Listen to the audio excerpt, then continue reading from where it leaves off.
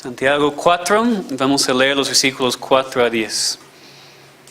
Oh almas adúlteras, ¿no sabéis que la amistad del mundo es enemistad contra Dios?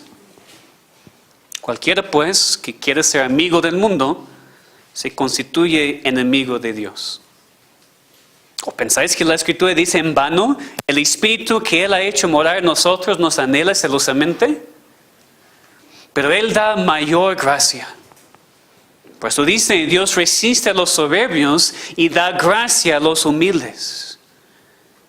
Someteos pues a Dios, resistid al diablo y huirá de vosotros. Acercaos a Dios y Él se acercará a vosotros. Pecadores, limpiad las manos, y vosotros los de doble ánimo, purificad vuestros corazones. Afligíos y lamentad y llorad. Vuestra risa se convierte en lloro y vuestro gozo en tristeza. Humillaos delante del Señor y Él os exaltará. Vamos a orar. Padre, enséñanos lo que quieres decirnos hoy en este pasaje. Que es un pasaje fuerte y directo. Señor, ayúdanos a no pensar que se aplica a nuestros cónyuges, o amigos, o hermanos, sino a nosotros mismos. Ayúdanos a no ser mundanos, Señor. Y ayúdanos a no tener una iglesia mundana. Te pedimos en nombre de Cristo. Amén. ¿Eres tú un enemigo de Dios? Voy a esperar hasta que estén listos entonces, ¿no? ¿Eres tú un enemigo de Dios? Todos dicen que no, ¿verdad? Pues no, yo no. Claro que no soy un enemigo de Dios. ¿Cómo sabes? ¿Cómo sabes tú que no eres enemigo de Dios? ¿Cómo puedes estar seguro hoy en esta tarde que tú eres amigo de Dios y no enemigo? ¿Cómo sabes? ¿Cómo puedes saber que en este momento estás viviendo como amigo de Dios y no viviendo como su enemigo? ¿Qué diría Dios si ahora le preguntáramos si tú eres su amigo o enemigo? ¿Qué diría Dios si le preguntáramos ahora si tú estás viviendo en este momento como amigo o enemigo? ¿Qué diría Él? Son preguntas fuertes, ¿no? Pero importantes. Porque la Biblia nos dice aquí en este pasaje que la amistad del mundo es enemistad contra Dios. Y hermanos y hermanas y amigos aquí, tú puedes intentar ignorar este versículo. Tú puedes intentar interpretarlo de manera diferente para que no te aplique. Puedes intentar aplicarlo a tu prójimo, pero no a ti mismo. Tú puedes intentar justificar tus pecados y justificar tu relación con el mundo para poder salir de aquí sin convicción de pecado. Pero no puedes.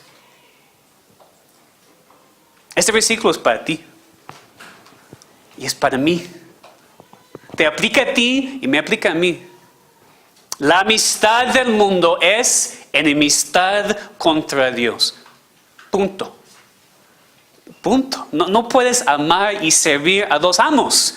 O vas a amar a uno y aborrecer al otro, o vas a aborrecer a uno y amar al otro. No puedes servir a Dios y al mundo. No puedes tener dos jefes. ¿Eres un enemigo de Dios o un enemigo del mundo? ¿Eres un amigo de Dios o un amigo del mundo? Tienes que ser uno o el otro, porque no puedes ser ambos. Estamos hablando aquí de la mundanalidad, de vivir una vida mundana, una vida conforme al mundo incrédulo y no conforme a la palabra de Dios. Como cristianos somos llamados a vivir en el mundo, pero sin ser parte del mundo, ¿verdad? Y es increíblemente difícil. Lo admito, es increíblemente difícil vivir en este mundo y no ser parte de este mundo. Es más difícil cuando no reconocemos la maldad y el peligro del mundo y pensamos que podemos jugar con él y no ser quemados. Y sí, estoy hablando con ustedes, jóvenes. ¿Ustedes qué piensan que pueden jugar con el mundo y con las cosas del mundo y no ser quemados? Aquí estoy para decirles que es imposible. No solamente para los jóvenes, para los adultos también, para todos nosotros. No podemos servir al mundo y ser amigo del mundo y también reclamar ser amigos de Dios. Cuando no nos protegemos conscientemente y activamente de la influencia del mundo malo, sino actuamos como cualquiera de nuestros amigos y familiares, ¿cómo podemos después estar sorprendidos que nuestras vidas también son mundanas? Pues en esta tarde quiero que consideremos seriamente esta pregunta. Si somos amigos del mundo o amigos de Dios, porque no podemos ser ambos. Claro, por supuesto, aún como amigos de Dios, aún como hijos de Dios, podemos caer en el pecado de ser amigo del mundo. Podemos caer en tentación y por un rato vivir como el mundo. No deberíamos, pero sí es posible para el cristiano. Pero lo que pasa es que Dios siempre disciplina a sus hijos verdaderos y regresamos a la amistad de Dios y el odio del mundo incrédulo. El problema es cuando nuestras vidas son caracterizadas por el mundo, por la amistad con el mundo. Por esto significa una de dos cosas. O significa que no somos salvos, porque uno no puede ser amigo del mundo y amigo de Dios al mismo tiempo. O significa que estamos viviendo en desobediencia como cristianos y necesitamos reconocer nuestra mundanalidad y regresar al camino correcto en arrepentimiento y obediencia a Dios y separación del mundo. ¿Y qué quiero decir cuando hablo del mundo? Sus películas, su música, sus pecados y tentaciones. No puedes reclamar ser amigo de Dios los domingos y escuchar tanta basura en tus audífonos entre semana. Jóvenes y adultos. No puedes reclamar ser amigo de Dios los domingos y después ver programas con tanta desnudez entre semana en tele o en internet.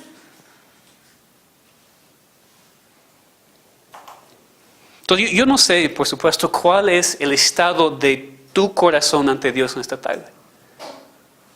Yo no sé si tú eres un verdadero hijo de Dios, pero luchando con la amistad con el mundo. Yo no sé si eres un verdadero hijo de Dios, pero viviendo como el mundo y por eso en el momento sin paz y sin gozo en tu vida.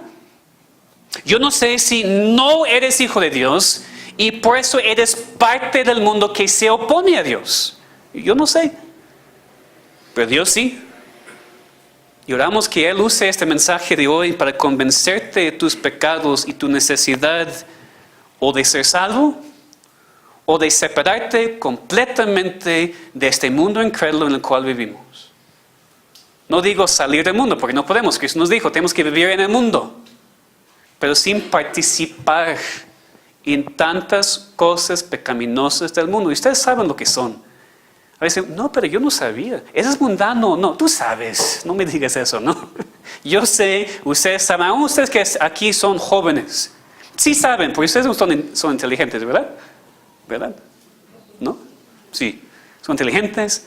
La mayoría han estado en esta iglesia por algunos años, por lo menos, y ustedes saben perfectamente lo que está bien, lo que no está bien. Y el problema es que no quieren dejar el mundo. Y no puedes ser amigo del mundo y amigo de Dios. Santiago, como siempre en su libro aquí, organiza este pasaje de manera muy clara. Santiago empieza hablándonos del problema. Empieza hablándonos del pecado y en términos muy fuertes en esos versículos. Y después nos da la solución. Y quiero que entendamos que este orden es siempre lo correcto. Siempre es empezar con el problema del pecado, siempre es empezar con un reconocimiento del pecado y solamente después ver la solución. Porque en nuestro mundo de hoy hay dos extremos y los vimos un poquito en la escuela dominical. Hay personas que se enfocan siempre en el pecado y los problemas del pecado y las consecuencias del pecado, pero nunca hablan de la solución en Cristo. Nunca hablan de la gracia de Dios. Y esto, por supuesto, es incorrecto. Pero hay otros que van al otro extremo y hablan de la gracia de Dios constantemente. Todo es gracia, gracia, gracia, gracia, pero nunca hablan del pecado. Y por eso nadie realmente entiende lo que es la gracia, porque no entiende por qué la necesita. Es igual de malo como nunca hablar de la gracia. Pero Santiago aquí, bajo la inspiración del Espíritu Santo, no tiene este problema. Y podemos verlo claramente en este pasaje. Habla de la gracia, sí, en el versículo 6, ¿verdad? Él da mayor gracia. Santiago nos habla de la gracia de Dios. Pero solamente habla de la gracia después de hablar con sus oyentes como adúlteros y adúlteras. Solamente habla de la gracia después de decirnos que si somos amigos del mundo, somos los enemigos de Dios. Es decir, tenemos que saber cuál es el problema y ser quebrantados por nuestros pecados antes de que podamos hablar de y entender la solución. Es lo que vamos a hacer esta tarde. Entonces, vamos a ver primero el pecado, el problema, y vamos a verlo fuertemente. Pero también vamos a ver la solución después. Entonces, vamos a ver en primer lugar en los versículos 4 a 5, el pecado. El pecado en lo cual Santiago se enfoca en este pasaje. Otra vez vamos a leer lo que dice. Oh almas adúlteras, ¿no sabéis que la amistad del mundo es enemistad contra Dios? Cualquiera pues que quiere ser amigo del mundo se constituye enemigo de Dios. ¿O pensáis que la Escritura dice en vano, el Espíritu que Él ha hecho morar en nosotros nos anhela celosamente? Hermanos, yo creo que Santiago no estaría muy bienvenido en la mayoría de los púlpitos de las iglesias cristianas hoy en día. Muchos cristianos le dirían a Santiago, así no se predica hoy en día. O sea, nadie quiere venir a la iglesia a escuchar de su pecado. No tenemos derecho a llamar a la gente almas adúlteras. Santiago, tú tienes que subir su autoestima. Tienes que decirles que Dios les ama y no hay ningún problema con su pecado. ¿Verdad? Así son las iglesias cristianas hoy en día. Falsas, casi todas. ¿Por qué? Porque no predican el pecado. Hay muchos pastores de iglesias cristianas hoy en día que no pueden predicar Santiago 4:4. Porque nunca llamarían su congregación almas adúlteras. Entonces no pueden predicar este versículo. Entonces, ¿qué está mal? ¿La Biblia, por tener un versículo tan fuerte, o el pastor que no puede predicar un versículo inspirado de Dios? Bueno, entonces Santiago aquí es muy fuerte. Y esta se aplica tanto a nosotros como a la congregación de Santiago hace 2000 años. Cuando una persona se conforma al mundo, en vez de ser transformado por Dios, si una persona es amigo del mundo y vive una vida mundana, quiere decir que es infiel a su esposo, quien es Cristo. Infiel. Como un cónyuge infiel a su esposo o esposa. Un adúltero o una adúltera. Es la verdad. Y Santiago no dijo eso porque odió a su congregación o porque quiso lastimar a ellos que están viviendo en pecado. En muchas otras partes del libro ustedes saben que él habla con su congregación como amados hermanos y hermanas. Pero aquí no habla de esta manera. Por supuesto, en ese momento no dejaron de ser sus amados hermanos y hermanas. Pero Santiago tenía que enfatizar la maldad de este pecado en particular. Y por eso habla aquí de manera muy, muy directa. Y yo quiero expresar lo mismo a ustedes. Ustedes son mis amados hermanos y hermanas en Cristo. Ustedes son mis amadas ovejas. Y eso nunca va a cambiar. Pero eso no significa que nunca les voy a hablar a ustedes directa y fuertemente. Porque a veces lo que necesitamos. O tal vez no sería yo, sino otro hermano en Cristo que te habla así. Otro hermano en Cristo que te confronta con tu pecado de manera fuerte y a ti no te gusta eso para nada. Qué lástima. Es lo que necesitas. ¿No? Deja de ser niño y niña. Deja de ser ofendido tan fácilmente. Si una persona te reprende por tu pecado, acéptalo. Porque es lo que necesitas. No olvides lo que dice Proverbios 27:6. Fieles son las heridas del que ama. Si una persona te llama un adúltero espiritual, eso duele. Pero sí es lo que se requiere para que te despiertes. Si es lo que necesitas, si es la cachetada que necesitas, pues qué bueno. Pues qué bueno. A veces somos tan sensibles. No me digas eso, no me digas eso. Somos niños y niñas. Eso es ofensivo a los niños y niñas. Somos peores, ¿no? Somos tan sensibles, hermanos.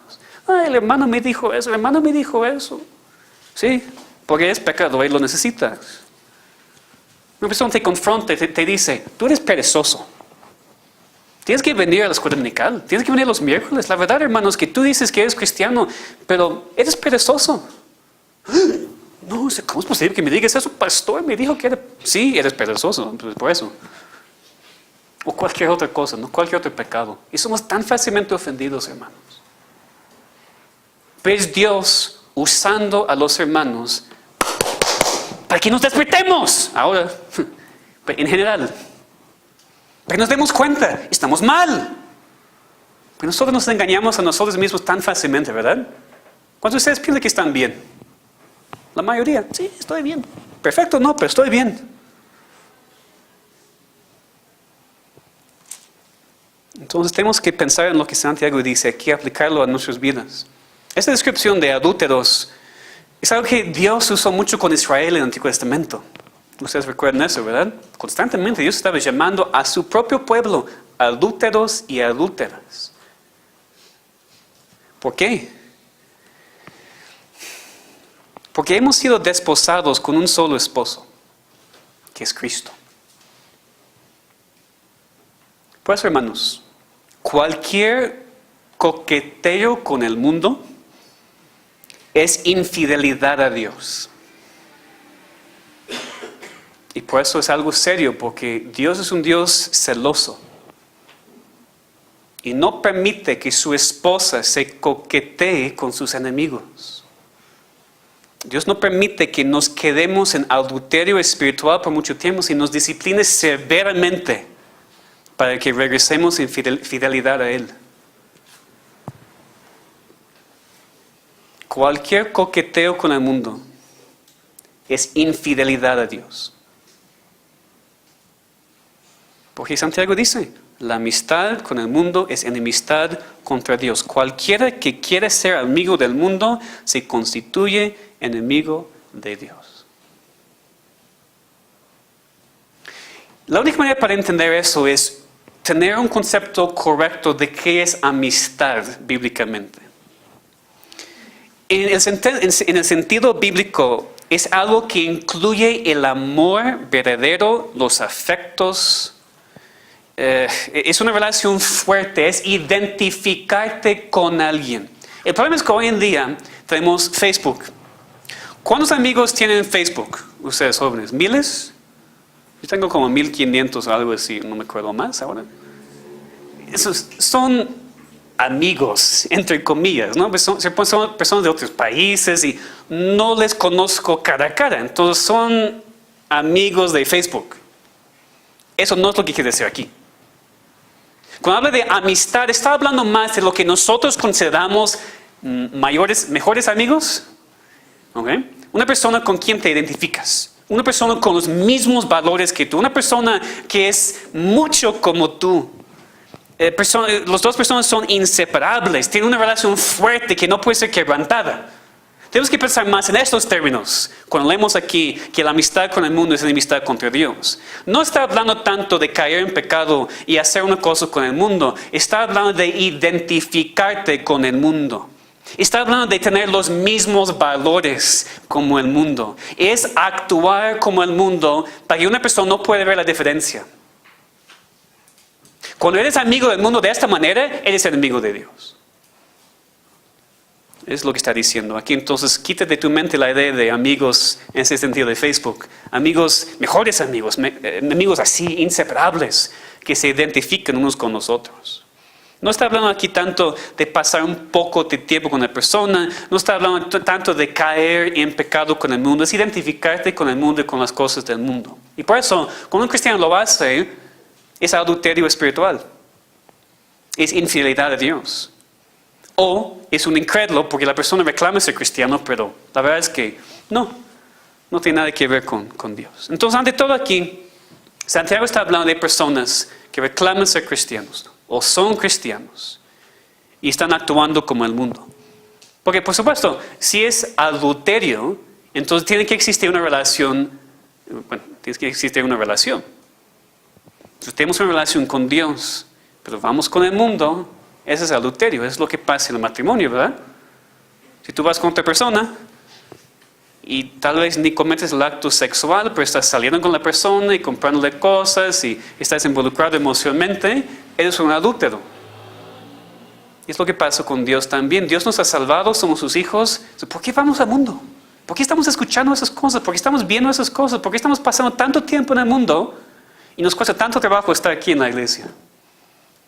¿Verdad? Cuesta mucho trabajo estar aquí. Pero tu amigo te invita a una fiesta. Sí, vamos. Yo voy a arreglar todas mis cosas. Voy a cambiar mi rutina, mi horario. Ya vamos de vacaciones a Cancún. Ya, vamos. Vamos a cambiar todo, ¿no? Vamos a gastar cada peso que tenemos. Pero, ir a la iglesia no tengo. No tengo dinero. Perdón. No tengo tiempo para estar aquí para adorar a Dios y orar como iglesia. Es un problema. Un problema muy fuerte.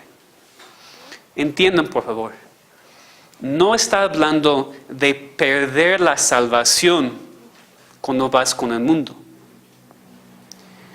Pero si podemos verlo así, cuando eres casado a Cristo y vas con el mundo, estás actuando como prostituta o prostituto. Dices, no, pastor, no puedes usar esas palabras. Sí. El problema es que no lo consideramos tan malo. Es nada más una cosa, nada más una pequeña cosa, nada más eso. Prostituto, prostituta. Porque eres casado con Cristo. Y no puedes ser infiel a Él. No, fue una cosa que hice. Un pecado. Pero si tu esposo o esposa nada más duerme una vez con otra persona, ¿te enojas? Es lo que he dicho antes de los 10 mandamientos. No cometer adulterio, no matar, no robar. ¿Y qué hacemos con el 4º mandamiento? ¿Para guardar el día de reposo y santificarlo? No es nada más el domingo. No maté a nadie. No cometí adulterio. Pero menospreciaste el día del Señor. Y actuaste como prostituta. El problema es que no vemos el pecado como malo.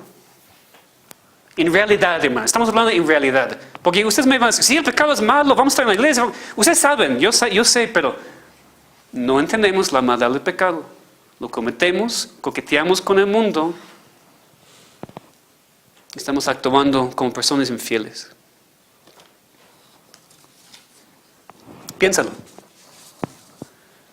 ¿Estás tú enredado en el mundo? Entendemos el término, enredado. Así.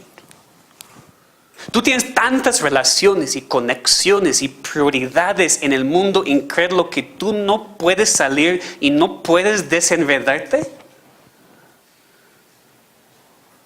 Cuidado. Tienes que preguntar si eres tan amigo del mundo, tan parte del mundo, tan identificado con el mundo que te has constituido enemigo de Dios. El venir a la iglesia una vez a la semana no te garantiza nada. Está muy bien, quiero que vengan, ¿no? No te garantiza nada. No debes pensar que estás bien con Dios porque vienes a su casa una vez a la semana, cuando el resto de los días de la semana estás completamente enredado en las cosas del mundo. Y no son las cosas pecaminosas. Puede ser trabajo o familia también que estorbe tu relación con Dios. Entonces, esta descripción aquí de almas adúlteras puede referirse a personas que reclaman ser cristianos pero no lo son, o a cristianos verdaderos que están viviendo como el mundo.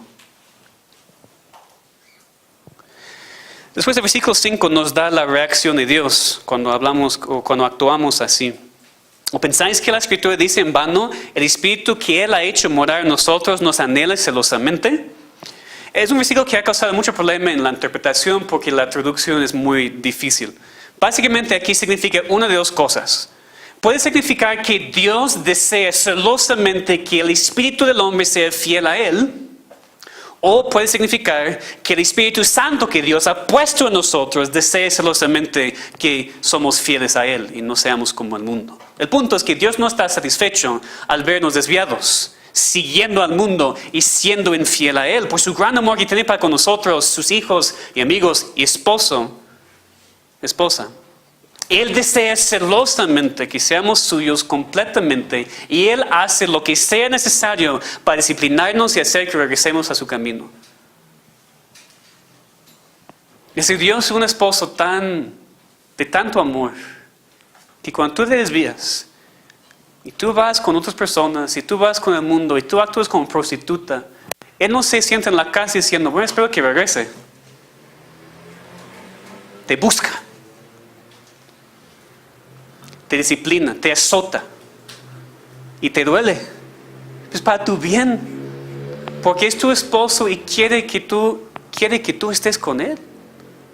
Dios no quiere verte prostituyéndote con el mundo. Y por eso va a darte pruebas y más pruebas y más pruebas y disciplina y más disciplina y más disciplina hasta que aprendas a regresar a tu esposo y ser fiel a él. Entonces ese es el pecado. Es fuerte. El ser como el mundo, el actuar como el mundo, el identificarnos con el mundo nos constituye enemigos de Dios. Para el incrédulo, ese es su estado natural, así vive. Para el cristiano, nosotros deberíamos entender la fuerza, el problema de este pecado. Es decir, no quiero vivir en infidelidad a mi Dios.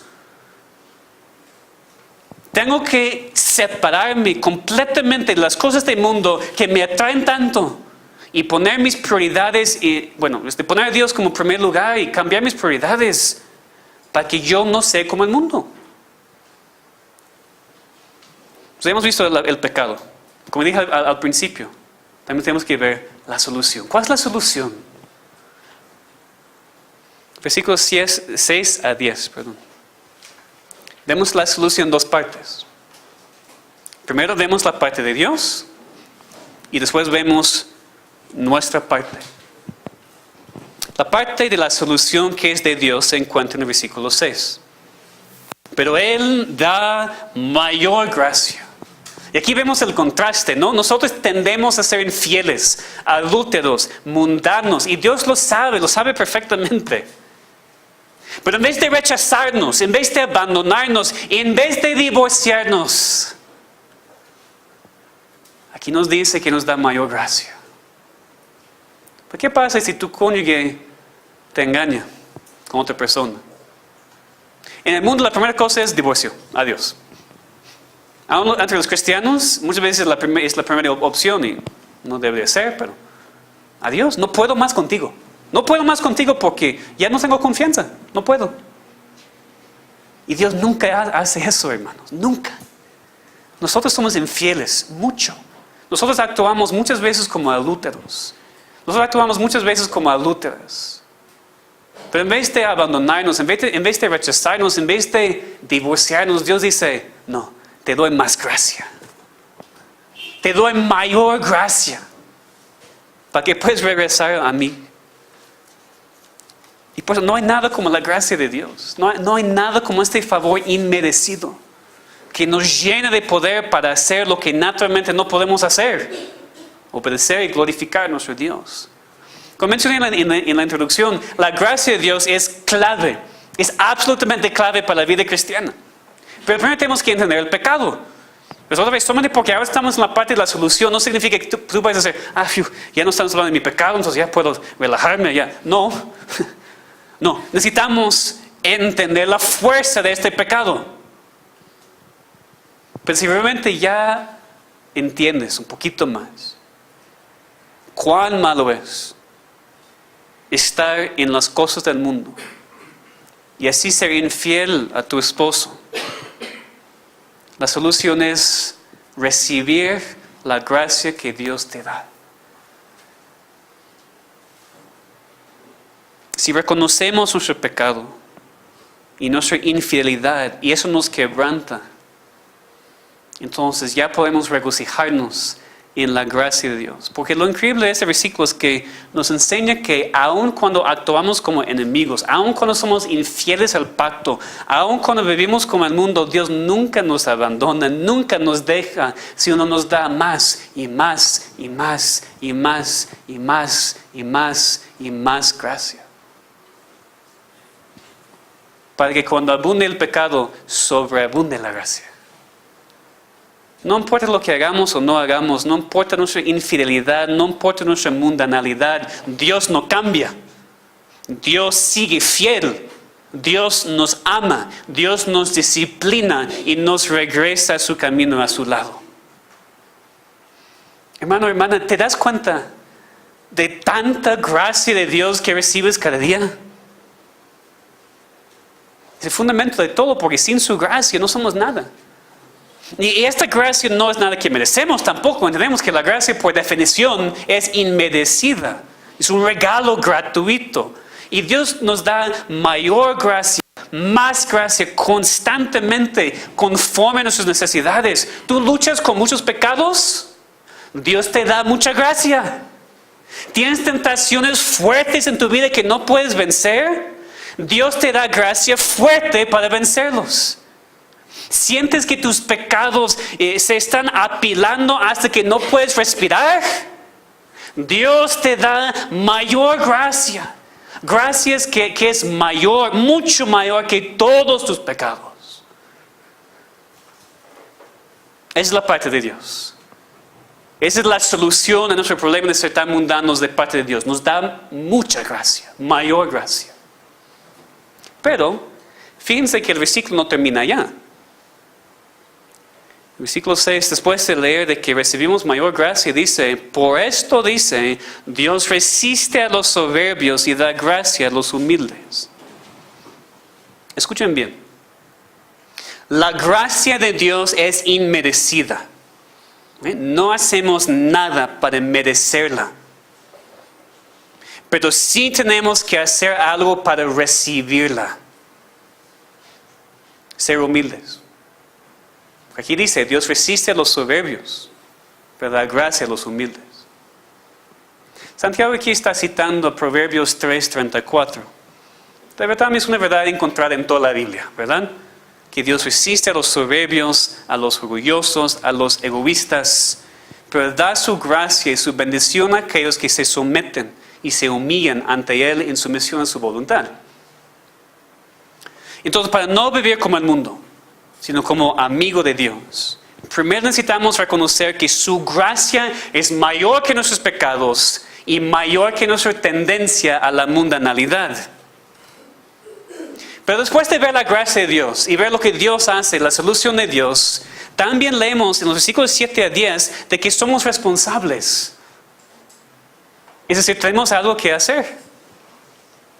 Tenemos que entender que el hecho de que tenemos el Espíritu Santo de Dios y la gracia de Dios no significa que la vida cristiana sea fácil. No significa que la vida cristiana no requiera trabajo, porque sí. El mismo Dios que nos da mayor gracia para combatir nuestros pecados es el mismo Dios que nos manda a obedecer su voluntad y sus mandamientos. ¿Cuáles son? Bueno, aquí empezando en el versículo 7, dice primero necesitamos someternos a Dios. Esto no es pasivo. Eso no es sentarnos, no hacer nada y pedir a Dios que haga algo. La palabra que Santiago usa aquí tiene más que ver con algo activo, como alistarnos en el ejército de Dios, reconociendo que es nuestro deber obedecer y luchar y trabajar por Él. Someternos a Dios es activamente buscar cumplir su voluntad. No es pasivo, es activo. Después dice que necesitamos resistir al diablo. Y eso no es tan activo como parece. Como que nuestra responsabilidad sea atacar y vencer al diablo, porque no. Entiendan, resistir al diablo significa, resistimos al diablo en dos maneras. Primero, al acercarnos a Dios. ¿Qué es el siguiente mandamiento? Si ven sus Biblias. Cuanto más cerca estamos a Dios, más lejos estaremos de la influencia del diablo. Es decir, resistimos al diablo cuando pasamos más tiempo con Dios en su palabra, en la oración y en la iglesia. La otra manera para resistir al diablo es huir de él. Esto parece muy raro, ¿no? Pues eso parece como que estamos cediendo. No. En nosotros mismos lo que pasa es que en nosotros mismos no tenemos las fuerzas humanas para vencer al diablo. A pesar de lo que dicen los carismáticos y intentando atar al diablo y echarle fuera, que es ridículo. La Biblia nos dice que debemos huir de la tentación, huir del mundo, huir de las pasiones juveniles, huir del lugar de la tentación. Dios no nos dice, sí, ponte firme y atacar a Satanás. Pues no, dice, huye de él. Y cuando lo hacemos, es lo que dice aquí en el versículo 7, y él huirá de nosotros. Lo que pasó con Cristo, ¿no? En Mateo 4, Cristo resistió al diablo muchas veces, tenemos 3 veces registradas, con la palabra de Dios. Fíjense, ni Cristo mismo atacó a Satanás con sus propias fuerzas. Usó la palabra de Dios.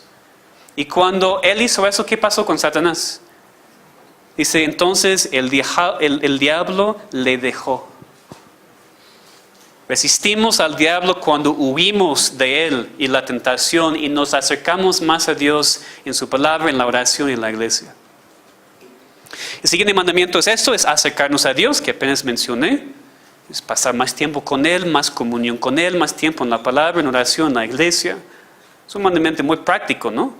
Tenemos que obedecer sus mandamientos. Tenemos que ser hacedores de la palabra y no solamente oidores. Después en el versículo 8 nos manda a limpiar nuestras manos y purificar nuestros corazones. Esa es purificación interna y externa. Las manos simbolizan las acciones, lo que hacemos. Y tenemos que limpiarnos de las acciones externas, pero también tenemos que pensar en el corazón. Pues muchas personas aquí van a decir, nunca he cometido adulterio, nunca he matado a nadie, entonces yo soy bueno. No, pero son los pensamientos, la actitud, tus motivos que están en contra de Dios. Necesitamos ser purificados de esos pecados. En el versículo 9 dice que necesitamos afligirnos y lamentar y llorar, que nuestra risa debería convertirse en lloro y nuestro gozo en tristeza. Esto tal vez te parece raro, ¿verdad? Porque la Biblia nos llama a gozo, al gozo de nuestra salvación. Pero lo que Santiago quiere expresar aquí es la tristeza verdadera del arrepentimiento. Como Pablo dice en 2 Corintios 7:10, porque la tristeza que es según Dios produce arrepentimiento para salvación, de que no hay que arrepentirse, pero la tristeza del mundo produce muerte. Aquí Santiago no está negando que el cristiano debería vivir en gozo, sino que está avisando en contra de tomar el pecado a la ligera y nunca sentir tristeza en arrepentimiento por nuestra infidelidad a Dios. No es que nunca deberíamos regocijarnos, sino que necesitamos reconocer con tristeza nuestros pecados y arrepentirnos con llanto y tristeza, llorando al horror de nuestros pecados. David dijo en Salmo 51, al corazón contrito y humillado no despreciarás tú, oh Dios.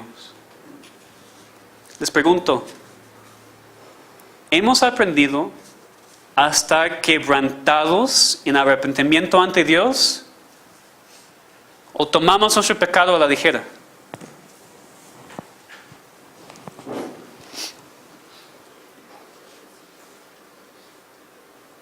Podemos ser infieles a Dios. Podemos cometer adulterio espiritual con el mundo por lo que vemos y oímos y hacemos y todavía reír y actuar como que estemos bien. Algunos de ustedes lo hacen. Y todo es una broma. Estoy predicando y es lo que dice. Prostituto. Prostituta. Y no te afecta. No te afecta para nada.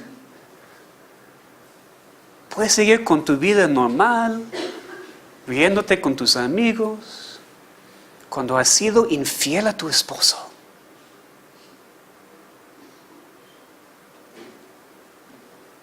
¿Quieres saber por qué no estamos viendo la bendición que queremos en nuestra iglesia, en nuestras vidas? Tenemos que aprender a arrepentirnos. Y no salir de aquí cada domingo pensando que el mensaje era para otra persona. Y todos esos mandamientos terminan en el versículo 10 con el mismo mandamiento con el cual empezó la sección. Humillaos delante del Señor y Él os exaltará. Todo se requiere humildad. Humildad para reconocer que necesitas mayor gracia. Humildad para reconocer que necesitas someterte a Dios y resistir al diablo y acercarte a Dios y limpiar tus manos y tus corazones. Afligirte, lamentar, llorar por sus pecados. Y solamente en humildad. Ahora terminando. Quiero hablar directamente con ustedes aquí que no son cristianos. Ustedes aquí que siguen rechazando la autoridad de Dios en sus vidas. Ustedes que siguen dependiendo de sus buenas obras para merecer la salvación. Tú no puedes ser amigo del mundo y amigo de Dios. Tienes que decidir. Hoy, en esta tarde tienes que decidir. ¿Vas a ser amigo del mundo o amigo de Dios? Decide. Decide ahora. Porque no puedes ser ambos. No puedes servir a Dios y al mundo. No puedes experimentar todos los placeres de este mundo y pensar que estás bien con Dios. Otra vez, jóvenes, estoy increíblemente preocupado por ustedes.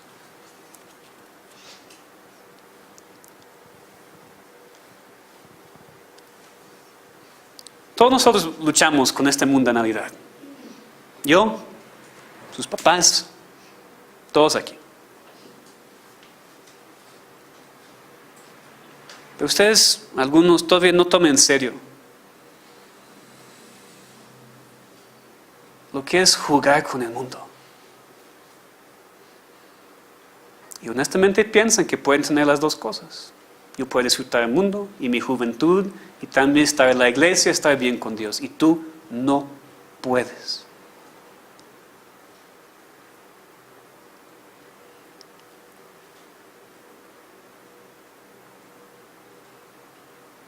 En las iglesias cristianas hoy en día en todo el mundo hay un problema. El problema es que los jóvenes están saliendo de la iglesia.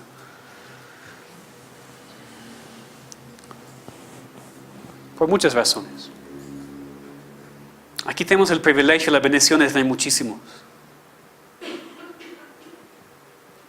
Pero no quiero verles a ustedes en algunos meses, en algunos años, completamente alejados de Dios. Porque decidieron hoy ser amigos del mundo. Va a requerir mucho trabajo. Va a requerir cortar relaciones. Va a requerir apagar la tele, el internet y pasar tiempo con Dios. Porque si no, vas a ser destruido. Eso no quiero ver. Para nadie. Y más para mis amados jóvenes aquí. Es que yo veo a ustedes tendiendo a este camino. Y con todo mi corazón, la única cosa que quiero hacer, regresa, ven. No puedo. Solamente Dios puede.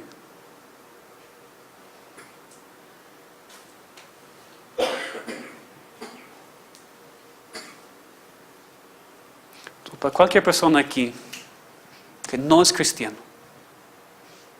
hoy es el día para decidir si quieres seguir al mundo o a Dios. Pero lo bueno es que hay una solución para ti. Si tú dices, pastor, honestamente ya no quiero el mundo, ya no quiero más vivir así, es un desastre, no tengo paz, no tengo gozo. Lo que hemos visto es la solución, la gracia de Dios. Mayor gracia. Gracia que Dios te da en Cristo. Hoy Dios puede convertirte en su amigo. Hoy Dios puede convertirte a ti en su hijo. ¿Por qué esperas? ¿Qué estás esperando, joven? Disfrutar un poquito más de tu juventud, disfrutar un poquito más del mundo. Después voy a obedecer a Dios. No funciona así. Tú vas a ser más y más duro, no más y más sensible a la palabra de Dios. No esperes más. Niño, joven, adulto, visita, sea quien sea, no esperes más. El mundo te atrae mucho, pero Dios te puede hacer su hijo, su amigo. Y por supuesto, para nosotros como cristianos, aunque por supuesto no podemos ser enemigos permanentes de Dios porque somos sus hijos, podemos actuar como enemigos, podemos ser infieles, podemos cometer adulterio espiritual cuando buscamos al mundo y no a Dios, cuando no resistimos al diablo, cuando nos acercamos al mundo en vez de acercarnos a Dios, cuando no nos purificamos, cuando no nos humillamos ante Dios. Podemos actuar como enemigos, podemos tomar el pecado a la ligera, podemos convertir la gracia de Dios en libertinaje. ¿Qué debemos hacer? ¿Desanimarnos porque ya no somos salvos? No, para nada. Necesitamos obedecer eso, lo que dice aquí, humillarnos, arrepentirnos ante Dios, reconocer nuestra necesidad tan grande para la gracia y después trabajar para vivir conforme a su voluntad y no conforme al mundo. Vamos a orar. Señor, te pedimos que tú tomes tu palabra, que tú tomes estas palabras tan débiles que han sido predicadas y que las aplicas a los corazones. En ese momento, Señor, estamos orando por la obra del Espíritu Santo. Porque la obra del hombre no puede ser nada, pero la obra del Espíritu Santo puede ser el llamamiento eficaz que la persona necesita para ser salvo. Tú sabes que hay personas aquí que necesitan reconocer que son parte del mundo y por eso son tus enemigos. Señor, quebrántales con este reconocimiento, con esta verdad, para que puedan ver su gran necesidad de ti, de que no hay esperanza sin ti, sin la salvación. Señor, hay otros aquí que están luchando mucho con esta amistad con el mundo. Hay jóvenes aquí que necesitan rechazar todo lo que es del mundo en vez de abrazarlo tanto. Te pedimos que tú obres en sus corazones hasta que sea demasiado tarde. Hasta que tomen decisiones que no pueden cambiar después. Te pedimos, Señor, que tú salves a algunos por ese problema con algunos que no son salvos. Y los demás, Señor, que sí son tus hijos, ayúdes a entender que aún en la juventud necesitan entender lo que significa ser fiel a ti. Señor, ayúdanos a no ser adúlteros y adúlteras. Ayúdanos a no ser infieles a ti por buscar el mundo. Ayúdanos a reconocer cuando lo hacemos, para que podamos arrepentirnos y humillarnos y no hacerlo más. Te pedimos por una iglesia mucho más santa, una iglesia mucho más apartada, una iglesia que no puede tomar a la ligera el pecado porque entendemos cuán malo es ante ti. Te pedimos, Señor, que tú limpies esta iglesia. Como hemos orado antes, pero no recientemente, que tú hagas cualquier cosa que sea necesaria para darnos una iglesia más santa. Y reconocemos, Señor, que en el pasado cuando hemos orado eso, tú lo has hecho por medio de quitar personas de nuestra congregación. Lo que queremos, Señor, es que se arrepientan, que sean lavados y se queden aquí. Pero te pedimos, Señor, que tú quites esas ramas que no están produciendo fruto, para que nuestra iglesia pueda glorificarte más y ser más santa y apartada para ti.